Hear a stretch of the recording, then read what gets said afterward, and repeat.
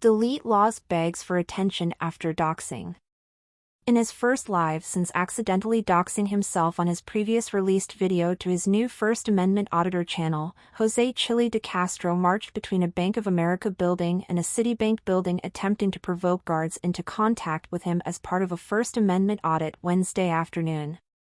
DeCastro announced that during the audit that he would be out more as part of his promotion of the First Amendment Auditor channel and his new teachings to justify what DeCastro used to classify as cop-sucking as part of the First Amendment auditing process.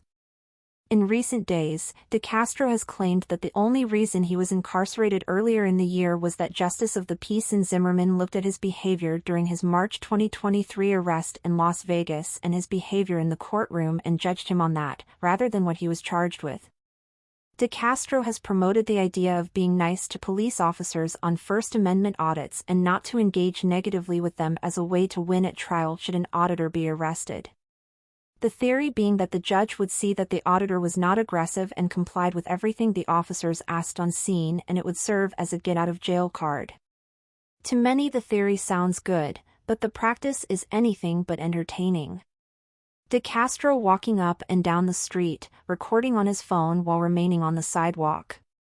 At one point DeCastro was apparently scared by a homeless man eating his lunch as he avoided the area of the man after briefly conversing with him. It was far from the fire and brimstone confrontations that DeCastro has been known for on his channel. With DeCastro openly complaining that it was shadow banning and not lack of controversy that only saw a handful of viewers join his livestream. The YouTuber used the time to promote his teachings on his new First Amendment Auditor YouTube channel and his new First Amendment Protection Agency concept. The first two videos in the Protection Agency series were released soon after the end of the live stream, featuring DeCastro's friends dressed in poorly fitting police outfits while complying with his teachings. DeCastro himself has gone as far as to attempt to trademark the term First Amendment Auditor for use with merchandise sales. In his application, he listed several hundred products he would soon be featuring for sale once the application was granted. At the end of the audit, DeCastro went into both banks and surprised employees by thanking them for not interrupting his audit.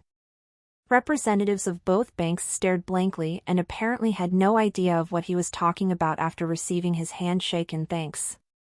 Not mentioning his recent self-dox of his address to his YouTube fans, DeCastro promised he'd return with more teachings on Thursday.